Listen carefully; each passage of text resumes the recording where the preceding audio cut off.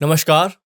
भूगोल के इस लेक्चर में आपका स्वागत है। आज हमारी चर्चा का मुख्य विषय है भारत का भूगोल और इसमें भी आज हम बात करेंगे भारत में द्वीपीय प्रदेश की, कौन कौन से द्वीप हैं हमारे यहाँ, मरुस्थल की और तटीय मैदानों की। तो आज हम इन 3 टॉपिक को देखेंगे और परीक्षा की दृष्टि से इनकी चर्चा करेंगे। तो आइए सबसे पहले बात करते हैं हम तटीय मैदानों की। कोस्टल प्लेन यानी तटीय मैदान। तो जैसा कि आपको पता है, हम पहले भी चर्चा कर चुके हैं तटीय मैदानों के बारे में। भारत की तटरेखा की हम बात कर चुके हैं। तो आइए इसी से संबंधित कुछ और बात करते हैं। हमने पहले बात की थी कि भारत 3 ओर से समुद्र से घिरा हुआ है, इसी कारण इसको प्रायद्वीप कहा जाता है। भारत की तटरेखा की लंबाई की हम बात करें तो 7,516.6 किलोमीटर भारत की तटरेखा है, जो भारत सरकार के गृह मंत्रालय की वेबसाइट के अनुसार ये तथ्य आपको दिया जा रहा है। इसके अतिरिक्त आप देखेंगे तो भारत की तटरेखा पूर्व में बंगाली खाड़ी, पश्चिम में अरब सागर और दक्षिण में हिंद महासागर से घिरी हुई है। इसके अलावा कुछ यहाँ पे द्वीप भी हैं भारत के, जो भारत के आपको दोनों तरफ देखने को मिलेंगे, और कुछ नदी द्वीप भी भारत में महत्वपूर्ण हैं। तो इन सब की हम बात करेंगे, ठीक है। तो भारत की तटरेखा में राज्यों की बात कर लें तो भारत की तटरेखा पर 9 राज्य, ये 9 राज्य कौन कौन से हो जाएंगे? 9 राज्य और 4 केंद्र शासित प्रदेश हैं। 4 केंद्र शासित प्रदेश भारत की तटरेखा को साझा करते हैं। इन 9 राज्यों में आप देखेंगे तो गुजरात भारत की सबसे ज्यादा तटरेखा साझा करता है। ये 1214.7 किलोमीटर तटरेखा साझा करता है गुजरात। तो ये आपके लिए डेटा महत्वपूर्ण है। अगर हम मुख्य भूमि के अलावा बात करें तो इसमें हो जाएगा अंडमान एंड निकोबार। अंडमान निकोबार द्वीप समूह 1962 किलोमीटर लंबाई की बात कर रहे हैं, किलोमीटर तटरेखा साझा करता है। तो अगर देखा जाए तो मुख्य भूमि के नजरिए से गुजरात सबसे ज्यादा तटरेखा साझा करता है, लेकिन द्वीप के हिसाब से देखा जाए तो अंडमान निकोबार द्वीप समूह 1962 किलोमीटर तटरेखा साझा करता है। और जब हम सभी 9 राज्यों और 4 केंद्र शासित प्रदेशों को जोड़ देंगे तब इनकी कुल लेंथ निकल के आएगी, कुल लंबाई निकल के आएगी 7,516 किलोमीटर। गृह मंत्रालय के केंद्रीय जल आयोग के द्वारा दिया गया डेटा है, याद रखिएगा। तो 9 राज्यों की एक बार संक्षिप्त में बात कर लें तो आप देखेंगे गुजरात, महाराष्ट्र, आप देखेंगे गुजरात, महाराष्ट्र, गोवा, कर्नाटक, केरल, तमिलनाडु, इसके अलावा आंध्र प्रदेश, ओडिशा, पश्चिम बंगाल, दादरा नगर हवेली आपका यहाँ पड़ेगा। दादरा नगर हवेली और दमन एवं दीव, ये एक ही यूटी का नाम है। पहले दादरा नगर हवेली अलग था और दमन एवं दीव अलग अलग केंद्र शासित प्रदेश थे, लेकिन 2020 से 26 जनवरी 2020 के बाद से दादरा नगर हवेली एवं दमन एवं दीव एक ही केंद्र शासित प्रदेश हैं। तो इस तरीके से आप देखेंगे तो अब 4 यूटी साझा करती हैं भारतीय तटरेखा को, पहले 5 करती थीं। तो ये दादरा नगर हवेली भी 42 किलोमीटर लंबाई साझा करती है तटरेखा के साथ। लक्षद्वीप हो जाएगा 132 किलोमीटर, पुडुचेरी 30 किलोमीटर हो जाएगा, अंडमान निकोबार हो जाएगा 1962 किलोमीटर। तो कुल मिला के 7,516 का हमें डेटा प्राप्त हो जाएगा। तो हमने बहुत बेसिक बात की कि भारत किन किन राज्यों के साथ, किन किन केंद्र शासित प्रदेशों के साथ अपनी तटरेखा साझा करता है, ठीक है। तो हमने इसके बारे में बात की और बाकी हम पहले ही बात कर चुके हैं। जो भारत के अनन्य क्षेत्राधिकार होता है ये 200 नॉटिकल मील तक होता है, ये हम पहले दिन बात कर चुके थे। चलिए अब आगे कुछ बात करते हैं, पूर्वी और पश्चिमी तट के बारे में बात करते हैं। तो पूर्वी और पश्चिमी तट की अगर हम बात करें तो भू आकृतिक आधार पर भारत के तटीय मैदान को 3 भागों में बांटा जा सकता है। तटीय मैदान कहाँ हमें मिलेगा? ये मिलेगा, तटों के साथ हमको तटीय मैदान देखने को मिलेगा। इसके बाद में आप देखेंगे पश्चिमी घाट और पूर्वी घाट। ये बहुत जीर्ण शीर्ण सा घाट है पूर्वी घाट। हम कल पश्चिमी पूर्वी घाट को पढ़ चुके हैं। इसमें आप देखेंगे जो तटीय मैदान है 3 भागों में इसको विभाजित कर सकते हैं। पहला हो जाएगा गुजरात एवं काठियावाड़ का तटीय मैदान, गुजरात का तटीय मैदान। दूसरा हो जाएगा हमारा पश्चिमी तटीय मैदान, पश्चिमी तटीय मैदान, ये 3 भागों में इसको विभाजित करते हैं। और तीसरा हो जाएगा पूर्वी तटीय मैदान, पूर्वी तटीय मैदान जो आपका इस तरफ आ जाएगा। तो ये 3 भागों में भारत के तटीय मैदान को विभाजित किया जाता है। तो गुजरात तटीय मैदान गुजरात एवं दादरा नगर हवेली दमन और दीव तटीय भागों में विस्तृत है। ये आप देखेंगे तो आपको ये लगभग इस एरिया में मिल जाएगा।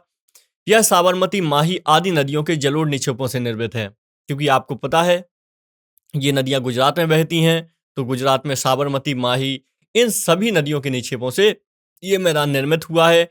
इसके दक्षिण में अरब सागर, आप देखेंगे ये जो मैदान है तो इसके दक्षिण में आपको पड़ जाएगा अरब सागर मिल जाएगा। पश्चिम में काठियावाड़ प्रायद्वीप है। भारत का पश्चिमी तट पश्चिमी घाट तथा अरब सागर के बीच एक संकीर्ण मैदान है। ये पश्चिमी घाट जो है ना, जो पश्चिमी तट है, ये पश्चिमी घाट तथा अरब सागर के बीच, यहाँ अरब सागर पड़ता है, यहाँ अरब सागर पड़ता है, हम तो जानते हैं यहाँ भी अरब सागर हो जाएगा, और ये हो जाएगा पश्चिमी घाट। ठीक है, तो पश्चिमी तट पश्चिमी घाट तथा अरब सागर के बीच एक संकीर्ण मैदान है, मतलब छोटा मैदान है। ये आप देख रहे हैं यहाँ पे एक छोटी सी आपको स्पेस दिख रहा है, ये यही है वो मैदान। तो इस तट को 3 भागों में विभाजित किया जाता है फिर से, क्योंकि हमने कल भी आपको बताया था इस तट को 3 भागों में विभाजित किया जाता है। पहला हो जाएगा कोंकण तट, दूसरा हो जाएगा कनारा तट, इसको कर्नाटक तट भी बोलते हैं, दूसरा हो जाएगा कनारा तट, और तीसरा हो जाएगा मालाबार तट। तो ये 3 भागों में इसका विभाजन किया जाता है। पश्चिमी, और हम देखेंगे कोंकण तट आपको मिलेगा महाराष्ट्र से गोवा के बीच में, महाराष्ट्र से गोवा के बीच में आपको मिलेगा कोंकण तट, कोंकण।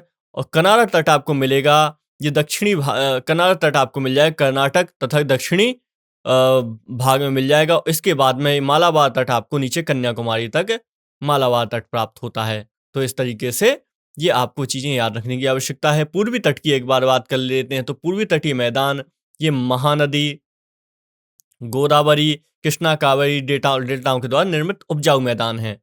क्योंकि आपको पता है ये जो नदियां हैं ये पश्चिमी घाट और पश्चिमी प्रदेशों से निकलती पूरब की तरफ बहती हैं। तो इन नदियों के द्वारा बहुत सारा जलोढ़ लाया गया, और ये जलोढ़ चारों तरफ बिछ गया है, चारों तरफ जलोढ़ उपस्थित है, तो इसके कारण एक मैदान निर्मित हो गया है। वैसे भी आपको पता है यहाँ पे जो पश्चिमी घाट की पर्वत श्रृंखला थी ये जीर्ण शीर्ण है, क्योंकि नदियों के निक्षेपों के कारण नदियों के द्वारा काट दिया गया है इसे। ठीक है, तो इसको आप याद ही रखिएगा।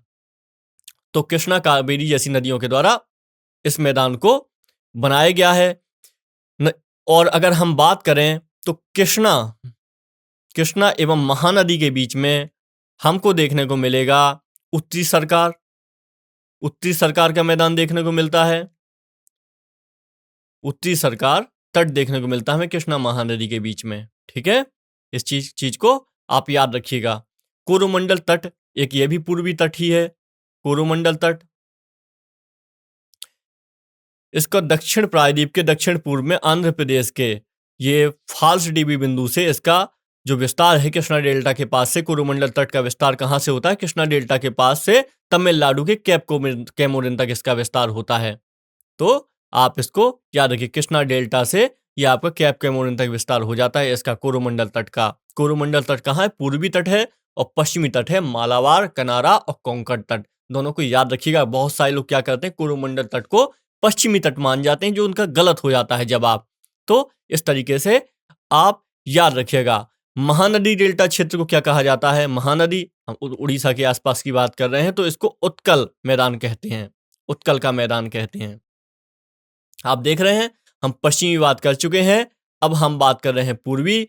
तो हमने यहाँ पे देख लिया था उत्तरी सरकार तट देख लिया हमने, उत्कल का मैदान हमने देख लिया, आज कोरोमंडल तट हमने देख लिया। तो ये हमने उत्कल के मैदान यहाँ पे उड़ीसा के पास आपको देखने को मिल जाएगा। तो भारत के पश्चिमी तट पर कुछ बंदरगाह भी हैं यहाँ पे, क्योंकि आप जानते हैं मैदान है तो बंदरगाह भी होंगे ही। तो यहाँ पे आपको देखने को मिला मुंबई में बंदरगाह है आपको देखने को मिलेगा। आपको यहाँ बंदरगाह देखने को मिलेंगे, यहाँ मुंबई में आपको बंदरगाह देखने को मिलेगा। ठीक है, फिर कांडला गुजरात में बंदरगाह देखने को मिलेगा। इसके अलावा मुर्मू गांव गोवा में आपको बंदरगाह देखने को मिलेगा। जवाहरलाल नेहरू महाराष्ट्र में पोर्ट देखने को मिलेगा। जंजीरा पोस्ट महाराष्ट्र में है। उडुपी कर्नाटक में आपको देखने को मिलेगा।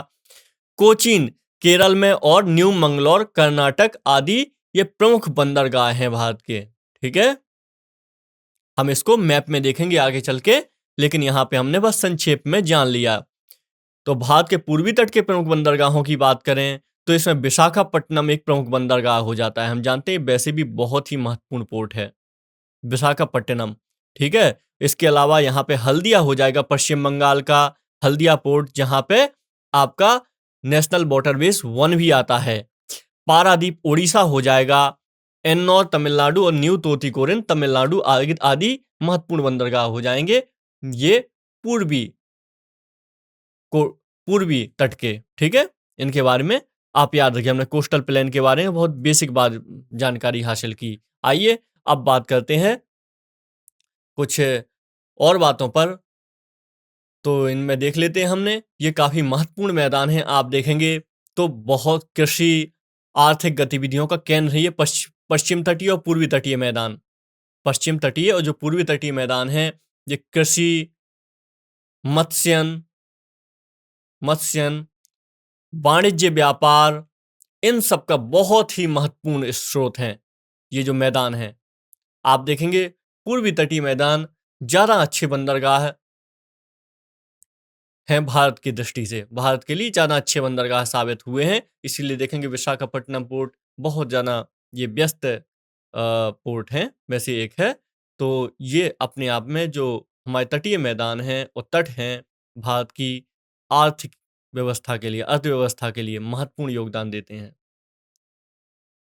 चलिए आगे बात करते हैं, कुछ मेजर सिटीज देख लेते हैं यहाँ पे। तो हम जानते हैं यहाँ पे मुंबई, चेन्नई, कोलकाता, विशाखापट्टनम, ये सब बहुत महत्वपूर्ण शहर हैं। गोवा हो गया, गोवा आप जानते हैं पुर्तगालियों की राजधानी हुआ करती थी। 1961 में ही पुर्तगालियों ने इसको छोड़ा था, जब भारत ने आक्रमण कर दिया गोवा के ऊपर। पुर्तगालियों ने मना कर दिया गोवा छोड़ने से, तो 1961 में आज़ाद हुआ है गोवा।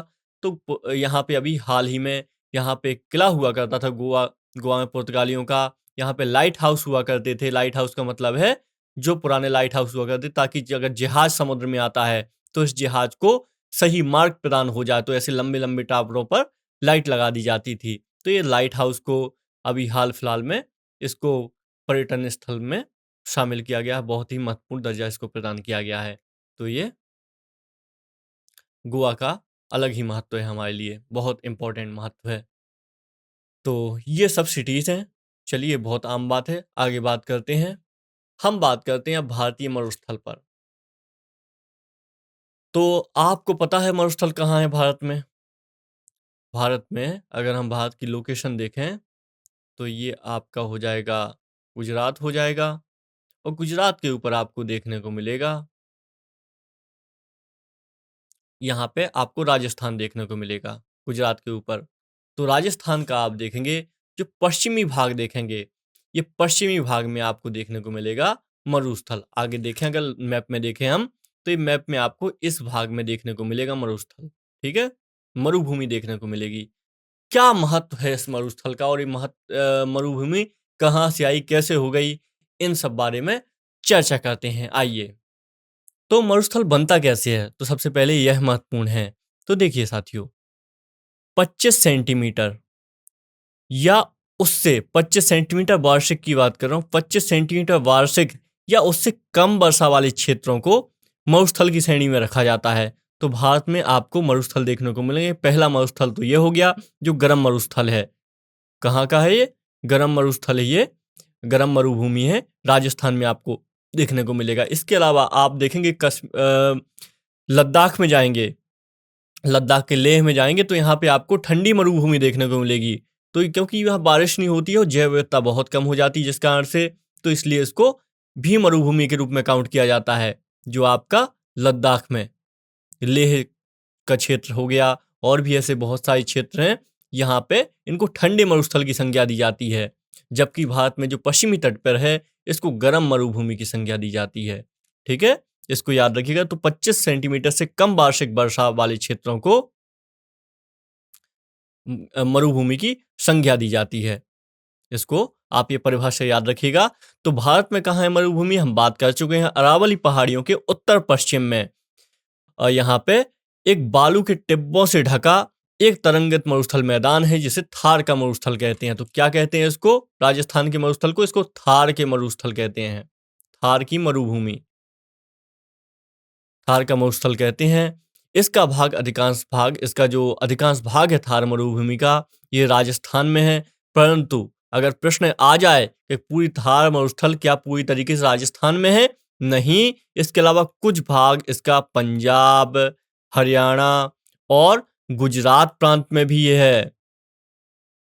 और अगर सोचिए ये अरावली पर्वत नहीं होता ना यहाँ पे, तो इसका विस्तार कम से कम बहुत आगे हो चुका होता। ये समझ लीजिए मध्य प्रदेश के आसपास तक इसका विस्तार हो चुका होता अगर अरावली पर्वत नहीं होता। ये बात करेंगे कैसे। तो चलिए आगे बात करते हैं। ढाल के आधार पर थार के मरुस्थल को दो भागों में बांटा जाता है। इसका उत्तरी भाग ये पाकिस्तान के सिंध प्रांत तक है इसका, और दक्षिणी भाग कच्छ के रण की तरफ इसका ढाल है। तो इसकी ढाल के आधार पर दो भागों में इसको बांटा जाता है। आइए इसकी कुछ और चर्चा कर लेते हैं। इसकी उत्पत्ति जान लेते हैं। आखिर भारतीय जो मरुभूमि है इसकी उत्पत्ति कैसे हुई। तो इसकी उत्पत्ति कैसे हुई होती है, जैसे कोई भी उष्णकटिबंधीय मरुस्थल होता है। पहली बात अगर हम आगे चल के बात करेंगे तो हम देखेंगे जो अधिकतम मरुस्थल हैं ये आपको पश्चिमी भाग में देखने को मिलेंगे। पश्चिमी भाग में चाहे वो आप सहारा मरुस्थल देखेंगे, साउथ अमेरिका में मरुस्थल देखेंगे, भारत का मरुस्थल देखेंगे, तो सब आपको कहाँ मिलेंगे, ये पश्चिमी भाग में मिलेंगे। ये पूरब भाग हो गया, ईस्ट हो गया, ये वेस्ट होता है, तो ये पश्चिमी भाग में आपको अधिकतम मरुस्थल देखने को मिलेंगे दुनिया में। तो इसकी उत्पत्ति कैसे हुई है, तो किसी भी उष्णकटिबंधीय मरुस्थल की भांति भारतीय मरुस्थल का विकास वर्षा की कमी के कारण हुआ है। वर्षा की कमी, और इसका एक बहुत बड़ा कारण होता है पर्वतपादीय क्षेत्र का बन जाना, इस पे बात करेंगे अभी। तो वर्षा के अभाव में क्या होता है, प्राकृतिक वनस्पतियों का विकास नहीं यहाँ पे हो पाता।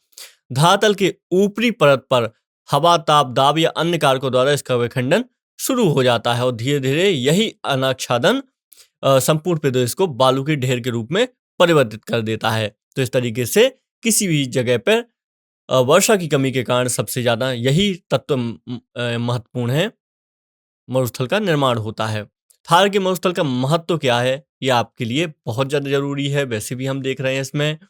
तो थार का मरुस्थल ग्रीष्म ऋतु में अत्यधिक गर्म हो जाने पर, क्योंकि आप जानते हैं जब ये क्षेत्र ग्रीष्म ऋतु में अत्यधिक गर्म हो जाएगा तो इससे पता है क्या होगा, दक्षिण पश्चिम मानसून को आकर्षित करेगा। दक्षिण पश्चिम मानसून क्या है पढ़ेंगे आगे चल के, लेकिन अभी इतना समझ लीजिए अफ्रीका महाद्वीप हो गया। तो अफ्रीका महाद्वीप से यहां से दक्षिण पश्चिम मानसून आकर्षित होता है भारत में। मानसून तो आप जानते होंगे कि जुलाई से अक्टूबर तक हमारे यहाँ वर्षा होती है, चौमासा जिसको बोलते हैं, 4 माह वर्षा होती है हमारे देश में।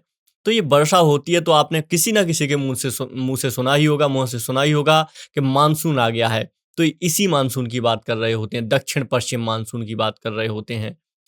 तो जब ये क्षेत्र गर्म हो जाता है तो यहाँ पे निम्न दाब का निर्माण होता है।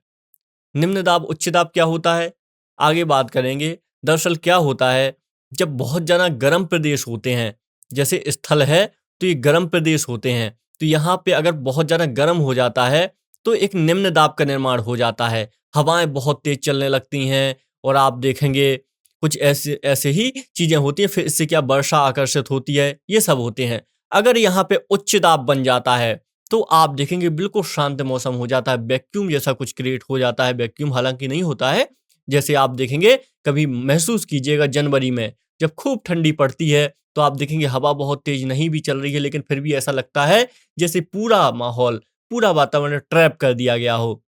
तो इसको उच्च दाब बोलते हैं। और हम आगे चल के जब साइंस पढ़ेंगे तो हम पढ़ेंगे 3 और 4 दिसंबर को, 3 दिसंबर की रात्रि 1984 को जब भोपाल में गैस कांड हुआ था जिसमें कई हजार लोग मारे गए थे। आपको पता होगा ना, 3 दिसंबर 1984 को भोपाल में गैस त्रासदी हुई थी। एक गैस थी वो वातावरण में रिसाव हो गया था उसका, जिससे कई लोग मारे गए थे। उस समय मुख्यमंत्री अर्जुन सिंह हुआ करते थे मध्य प्रदेश के। तो ये गैस में आप कारण पढ़ेंगे कि उस समय दिसंबर का महीना था, इसलिए उच्च दाब था। तो ये जो गैस थी, जो मिथाइल आइसोसाइनेट जहरीली गैस थी, तो ये वातावरण में पहुंच नहीं पाई थी। इसके कारण बहुत सारे लोग, मतलब अगर वातावरण सोचिए निम्न दाब का क्षेत्र होता तो ये गैस पूरे आसमान में चली जाती और आगे चल के विलीन हो जाती। लेकिन उच्च दाब का क्षेत्र था, तो ये जो गैस थी तो ये स्थल मंडल के पास ही रह गई। अगर निम्न दाब का क्षेत्र होता तो ये गैस ऊपर आसमान में विलीन हो जाती। तो हम निम्न दाब उच्च दाब की परिभाषा आपको आगे भी काम आएगी। मैं कोशिश कर रहा हूं कि आपको थोड़ा मोड़ा समझ में आ गया होगा। तो इस तरीके से आप देखेंगे दक्षिण पश्चिम मानसून को भी ये निम्न दाब का क्षेत्र आकर्षित करता है जब ये बहुत गर्म हो जाता है गर्मियों के दिनों में। ठीक है। यहाँ के कम वर्षा वाले क्षेत्रों में चारागाह में पशुपालन महत्वपूर्ण व्यवसाय है। मोटे अनाज की यहाँ पे खेती होती है। इसके अलावा यहाँ कई प्रकार के खनिज भी पाए जाते हैं, जिसमें आप देखेंगे अभ्रक, जिप्सम, कोयला, तांबा, घिया पत्थर, संगमरमर, इमारती पत्थर, ये सब भी यहाँ पाए जाते हैं। मिट्टियां उपजाऊ होने के कारण जल उपलब्ध होने की स्थिति में कृषि विकास की संभावना है। आसपास की हम बात कर रहे हैं। इसके अलावा भौतिक विविधता के कारण यह पर्यटक आकर्षण का केंद्र होता है। आपको पता है यहाँ पर्यटकों का काफी आना जाना होता है, क्योंकि विविधता, प्रकृति की अब जब भी भूगोल की विविधताएं आती हैं तो इंसान को वो हमेशा से ही उत्साहित करती आई हैं और आकर्षित करती आई हैं। तो इसी आकर्षण का आप कारण देखेंगे यहाँ पे मरु मेला मनाया जाता है जैसलमेर में। जैसलमेर यहाँ पे लोकेशन है इस थार मरुस्थल के पास। तो यहाँ पे मरु मेला मनाया जाता है जैसलमेर। ये यहाँ पे मरु राष्ट्रीय उद्यान भी है। यहाँ पे मरु मेला मनाया जाता है। इस मरु मेले में आप देखेंगे बहुत अच्छी अच्छी प्रतियोगिताएं होती हैं, क्योंकि स्टैटिक जीके भी आपके सिलेबस का पार्ट है। तो हम वहाँ पे भी पढ़ेंगे ये मरु मेला, इसके बारे में हम पढ़ेंगे। यहाँ पे पगड़ी प्रतियोगिताएं होती हैं। एक बहुत मूछ प्रतियोगिताएं होती हैं, जिसकी जितनी लंबी मूछ उतना ज़्यादा उसको पुरस्कार। आप यहाँ पे देखेंगे कैसे 4-4, 5-5 फुट के लोगों की 14 फुट की मूछें होती हैं। और इस तरीके से यहाँ पे बहुत ही शानदार प्रतियोगिताएं होती हैं मरु मेला में। इसके अलावा ऊंट दौड़ भी यहाँ पे होती है। हालांकि ये सब चीज़ें आपको पुष्कर मेला में भी देखने को मिलेंगी। पुष्कर मेला भी राजस्थान में ही होता है, तो वहाँ पे भी ये सब चीज़ें देखने को मिली। जब स्टैटिक जीके पढ़ेंगे तो इनके बारे में इत्मीनान से चर्चा करेंगे। इसके अलावा पाकिस्तान की सीमा पर स्थित होने के कारण इसका सुरक्षात्मक महत्व भी है वर्तमान में। तो ये भी महत्वपूर्ण है। ये मरुभूमि के बारे में हमने कुछ बातें पढ़ी, तो आशा करते हैं आपको ये सब चीज़ें बहुत ज़्यादा मदद करेंगी सीखने समझने में भारत की संरचना को। तो आइए कुछ और आगे बात कर लेते हैं। तो अब हमारी चर्चा का विषय है द्वीप समूह। आपको पता है भारत की लोकेशन ऐसी है कि यहाँ पे हमें कई सारे द्वीप देखने को मिलते हैं आसपास। जैसे यहाँ पे आप देख रहे हैं लक्षद्वीप देख रहे हैं, यहाँ पे अंडमान निकोबार द्वीप समूह देख रहे हैं। ये वैसे भी चर्चा में रहते हैं क्योंकि हाल फिलहाल में कुछ द्वीपों का नाम भी बदला गया था श्री प्रधानमंत्री नरेंद्र मोदी जी द्वारा, जिसमें रोस द्वीप का नाम हो गया था नेताजी सुभाष चंद्र बोस द्वीप। इसी तरीके से कुछ और द्वीपों का नाम बदला गया था। तो ये महत्वपूर्ण रहते हैं। इसके अलावा और ही बहुत सारे द्वीप पाए जाते हैं भारत में, जो छोटे छोटे तटीय द्वीप हैं। जैसे आप देखेंगे यहाँ पर माहे का क्षेत्र देखेंगे, तो ये सब भी महत्वपूर्ण है आपके लिए। चलिए तो आइए बात कर लेते हैं अब द्वीप समूह की, जो भारत के चारों तरफ फैले हुए हैं। पहले द्वीप समूह क्या होता है इसके बारे में जान लेते हैं। समूह यहाँ पे शब्द लगा हुआ है तो आप इससे समझ ही गए होंगे कि कई सारे द्वीपों की हम बात करने वाले हैं। अगर हम सिर्फ एक द्वीप की बात करते तो हम सिर्फ द्वीप बस लिखते, लेकिन हम द्वीप समूह बोल रहे हैं। तो इसका मतलब होता है समान विशेषता वाले द्वीपों का समूह जो माला के रूप में आबद्ध हो, उसको द्वीप समूह कहते हैं। ये देख रहे हैं आप यहाँ पे लक्षद्वीप में देखेंगे तो आप सभी कोरल द्वीप हैं। यहाँ पे लगभग सभी कोरल से बने हुए द्वीप हैं, तो यानी एक समान विशेषता रखते हैं। और इसके अलावा माला जैसी बिल्कुल गुथे हुए हैं, बहुत पास पास में छोटे छोटे क्षेत्र हैं, तो इसको द्वीप समूह कहा जाता है। यद्यपि भारतीय तट अधिक कटे फटे नहीं हैं, आप देखेंगे तो भारतीय जो तट हैं ये बिल्कुल देखिए आपको बहुत कम कटे फटे हुए मिलेंगे। जबकि कटे फटे तट क्या होते हैं, आप फ्लोरिडा की तरफ जाएंगे और अमेरिका में देखेंगे आप, यहाँ पे बिल्कुल आपको ऐसे तट मिलेंगे। आपको ये जो तट मिलेंगे बिल्कुल इस तरीके से मिलेंगे, बहुत ज़्यादा कटे फटे। भारतीय तट ऐसे नहीं हैं। तो इनके निकट फिर भी कई द्वीप पाए जाते हैं हमारे यहाँ पे, और इनको दो भागों में विभाजित किया जाता है। ये जो द्वीप समूह है इसको दो भागों में विभाजित किया जाता है। पहला द्वीप होता है इसमें दो भागों में विभाजित किया जाता है द्वीप समूह को। एक पहला है कांप मिट्टी के द्वीप, कांप मिट्टी के द्वीप होते हैं, और दूसरे होते हैं पथरीले द्वीप, पथरीले द्वीप। इसके अलावा इनको और भी विभाजन कर सकते हैं, दूरस्थ द्वीप। और तीसरा होता है इसमें आगे चल के पर्वतीय द्वीप, द्वीप। और इसमें आगे और भी अगर हम बात करें तो प्रवाल द्वीप। ये बेसिकली द्वीपों के मुख्य प्रकार होते हैं। अगर हम कांप मिट्टी के द्वीप की बात करें तो ऐसे द्वीप पूर्वी तट पर पाए जाते हैं। ये वाले जो द्वीप हैं ये पूर्वी तट पर अधिक पाए जाते हैं, कांप मिट्टी के द्वीप। यहाँ पे चिल्का झील के निकट आप देखेंगे भासरा मांडला द्वीप यहाँ पे मिल जाएगा आपको। ये पथरीला द्वीप है हालांकि। और इसी तरीके से हुगली नदी के मुहाने पर सागर द्वीप, महादी नदी ब्राह्मणी द्वीप, डेल्टा के सार्क द्वीप हो जाएंगे, और व्हीलर द्वीप हो जाएगा। इसी तरीके से आपको ये सब द्वीप देखने को मिलेंगे। दूसरा है पथरीले द्वीप। तो ये द्वीप अधिकतर जो पथरीले द्वीप हैं ये पश्चिमी तट पर मिलते हैं। कहाँ पे? पश्चिमी तट पर मिलते हैं। मुंबई के निकट आप देखेंगे हेनरे, कैनरे, बुचर, एलिफेंटा, ये सब पथरीले द्वीप के उदाहरण हैं। तीसरा है दूरस्थ द्वीप। दूरस्थ द्वीप क्या होते हैं? वे द्वीप होते हैं जो तट से बहुत दूर हैं। तट से बहुत दूर, जैसा नाम से भी हमें पता चल रहा है। और ये दूरस्थ द्वीप ही दो भागों में विभाजित हो जाते हैं, पर्वतीय और प्रवाल द्वीप में। आप देखेंगे आगे चल के। तो इस पर्वतीय द्वीप में हम देखेंगे ऐसे द्वीप आते हैं जो डूबी हुई पर्वत श्रेणियों पर हैं। उदाहरण के तौर पे हम जैसे जानते हैं कि सागर में भी बहुत बड़े बड़े पर्वत पाए जाते हैं, बहुत संरचनाएं पाई जाती हैं जो सागर के अंदर, महासागरों के अंदर। तो ऐसे ही जो डूबे हुए पर्वत होते हैं उनका ऊपरी भाग दिखता है जिसको हम द्वीप मान लेते हैं। तो आप देखेंगे बंगाली खाड़ी में अंडमान निकोबार द्वीप समूह, ये इसी प्रकार के द्वीप का उदाहरण है, पर्वतीय द्वीप का उदाहरण है। ऐसा माना गया है कि जो अंडमान निकोबार है हिमालय का ही भाग है, और ये पर्वत हैं जो दरअसल डूबे हुए हैं समुद्र के अंदर। तो ये अंडमान निकोबार द्वीप समूह हिमालय का ही भाग है, ऐसा माना जाता है। इसके अलावा अराकानी ओमांग नामक श्रेणी म्यांमार के दक्षिण में बंगाली खाड़ी में डूब गई है, उसको भी, ये भी आपका पर्वतीय द्वीप के उदाहरण है। इसके अलावा ज्वालामुखी उद्गारण के कारण कुछ द्वीप बने हुए हैं, इनको भी क्या कहा जाएगा? पर्वतीय द्वीप कहा जाएगा। ठीक है। प्रवाल द्वीप की बात करें तो सबसे इसका अच्छा उदाहरण है लक्षद्वीप। लक्षद्वीप प्रवाल द्वीप का उदाहरण होते हैं। क्या होते हैं प्रवाल? दरअसल एक प्रवाल जो जैव विविधता के बहुत बड़े सूचक होते हैं। इसमें हम आगे चल के बात करेंगे किस तरीके से एक जो जीव होता है दूसरे जीव के साथ सहसंबंध स्थापित करके अपनी हड्डियां उसी में छोड़ देता है। इसके बाद प्रवाल का निर्माण होता है। हम देखेंगे जब ऑस्ट्रेलिया की बात करेंगे तो यहाँ पे कैसे एक महान प्रवाल भित्ति बनी हुई है। तो हम प्रवाल के बारे में चर्चा करेंगे आगे चल के। ठीक है। तो यहाँ पे आपको लक्षद्वीप द्वीप में देखेंगे तो बहुत सारे द्वीप देखने को मिलेंगे। अमीनी द्वीप देखने को मिलेगा यहाँ पे कवरत्ती द्वीप मिलेगा, इलायची द्वीप देखने को मिलेगा। तो बहुत सारे यहाँ पे द्वीप हैं। तो इस प्रकार द्वीपों को हम 3 भागों में विभाजित कर सकते हैं, और वैसे हम 5 भागों में भी इसको विभाजित कर सकते हैं। तो याद रखिएगा इसके बारे में। चलिए कुछ और बात कर लेते हैं, इनके महत्व के बारे में बात कर लेते हैं, क्योंकि बिना महत्व के पढ़ने का क्या ही महत्व है किसी टॉपिक को।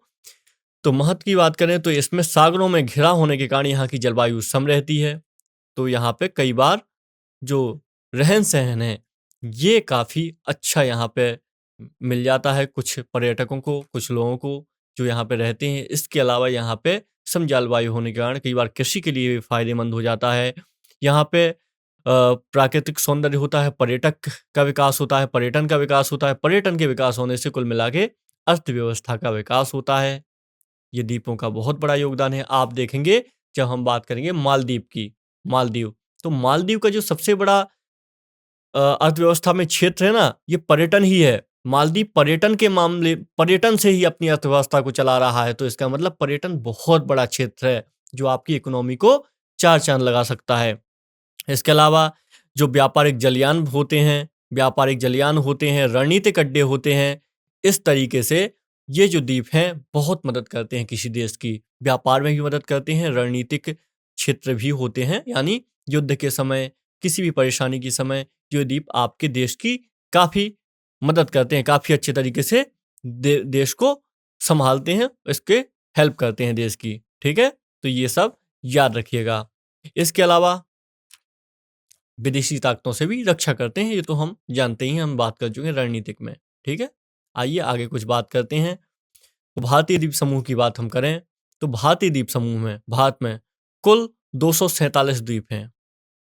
247 द्वीप हैं भारत में, जिसमें से 204 द्वीप बंगाली खाड़ी में हैं, बंगाल खाड़ी में हैं, और इसके अलावा 43 द्वीप हैं अरब सागर में। अरब सागर में ये कुछ डेटा है। इसके अलावा मन्नार की खाड़ी में भी कुछ प्रवाल द्वीप हैं। मन्नार की खाड़ी हम जानते हैं अरब सागर के पास ही ये है। मन्नार की खाड़ी यहाँ मिलेगी आपको। मन्नार की खाड़ी में भी कुछ प्रवाल द्वीप हैं, और इस तरीके से हम देखते हैं 247 के आसपास द्वीप हैं भारत में, जो आपको याद रहना चाहिए। ठीक है, चलिए अब आगे कुछ बात कर लेते हैं, कुछ और बात करते हैं। तो अंडमान निकोबार द्वीप समूह की अब हम बात करेंगे। अब हम सबसे पहले बात करेंगे अंडमान निकोबार द्वीप समूह की। कुछ परीक्षा की दृष्टि से महत्वपूर्ण यहाँ पे प्रश्न बनते हैं आपके, तो आपको ये पता होने चाहिए। तो आप देखेंगे यहाँ पे ये जो अंडमान निकोबार है, इसमें देखेंगे आप ये अंडमान और निकोबार को के बीच में आपको यहाँ पे 10 डिग्री का चैनल देखने को मिलता है। 10 डिग्री चैनल भी मिलता है यहाँ पे देखने के लिए। इसके द्वारा अलग किया जाता है ये, और इसकी चौड़ाई लगभग 150 किलोमीटर है इस चैनल की। ठीक है, यहाँ पे अंडमान द्वीप समूह का सर्वोच्च शिखर की बात कर लेते हैं। इसमें सैडल पीक मिल जाएगा आपको। सैडल पीक ये सर्वोच्च शिखर है। इसके अलावा उत्तरी अंडमान द्वीप पर उत्तरी अंडमान दिगलीपुर के निकट आपका ये उत्तरी अंडमान दिगली द्वीप के निकट है। इसके अलावा और निकोबार द्वीप समूह का जो सर्वोच्च शिखर है, निकोबार द्वीप समूह का जो सर्वोच्च शिखर है, ये है माउंट थुलियर। माउंट थुलियर ये 642 मीटर है। ये आप याद रखिएगा 642 मीटर है। जबकि जो सैडल पीक थी, सैडल पीक ये है 732 मीटर। तो ये आप थोड़ा सा डिफरेंस याद रखिएगा, कभी एग्जाम में पूछा जाता है, कई सारे एग्जामों में पहले ही पूछा जा चुका है।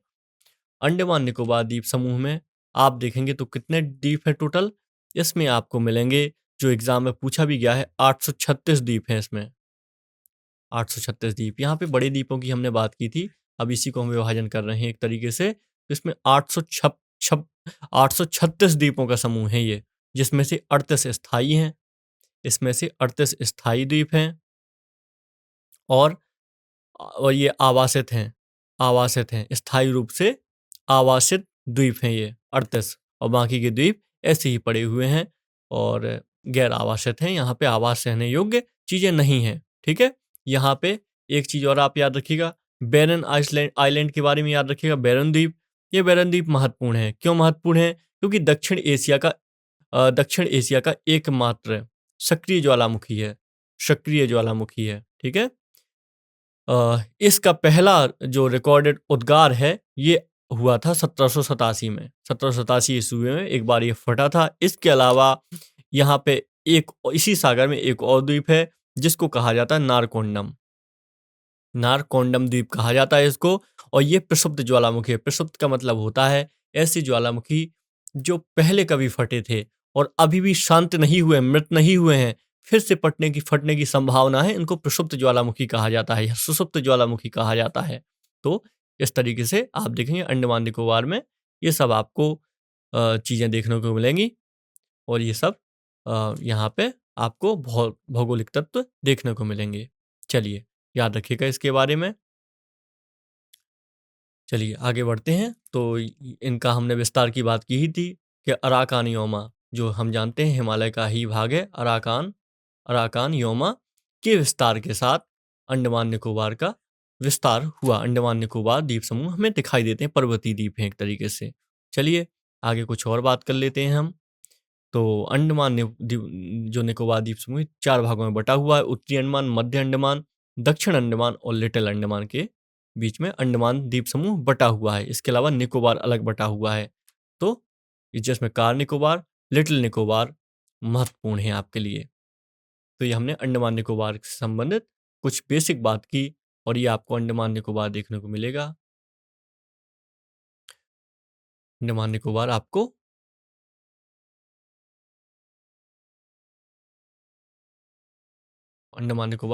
यहाँ पे देखने को मिल जाएगा। चलिए, तो ये हमने बहुत ही बेसिक बात कर ली अंडमान निकोबार के बारे में। थोड़ी सी बात करेंगे हम लक्षद्वीप के बारे में बात करेंगे। लक्षद्वीप जो अरब सागर का मुख्य द्वीप समूह है, तो इसमें आप देखेंगे कि 32 वर्ग किलोमीटर में ये फैला भारत का सबसे छोटा केंद्र शासित प्रदेश लक्षद्वीप एक द्वीप समूह है। यह प्रशासक के नियंत्रण में होता है, हम जानते हैं, और ये क्या है, प्रवाल द्वीप है, तो इसको आप याद रखिएगा। यहाँ पे ये द्वीप रीयूनियन हॉटस्पॉट ज्वालामुखी श्रृंखला का हिस्सा भी हैं, इसको भी ध्यान में रखेंगे। अरब सागर में स्थित है, हम ये सब जानते हैं। ठीक है, कुल द्वीपों की संख्या माने तो 36 है, और जिसमें से केवल 10 द्वीप ही आबाद हैं यहाँ पे, जहाँ पे जनता रहती है। यहाँ सभी छोटे द्वीप प्रवाल एटॉल हैं, मतलब एटॉल एक संरचना होती है, जिसके बारे में हम आगे चल के बात करेंगे, और ये रीफ से घिरे हुए हैं। ऐसी संरचना बनती है, एटॉल की संरचना जो होती है ऐसी बनती है, घोड़े के नाल जैसी। इस पर हम बात करेंगे आगे चल के। ठीक है, तो लक्षद्वीप का सबसे बड़ा जो द्वीप है ये मिनिकॉय द्वीप है, मिनिकॉय।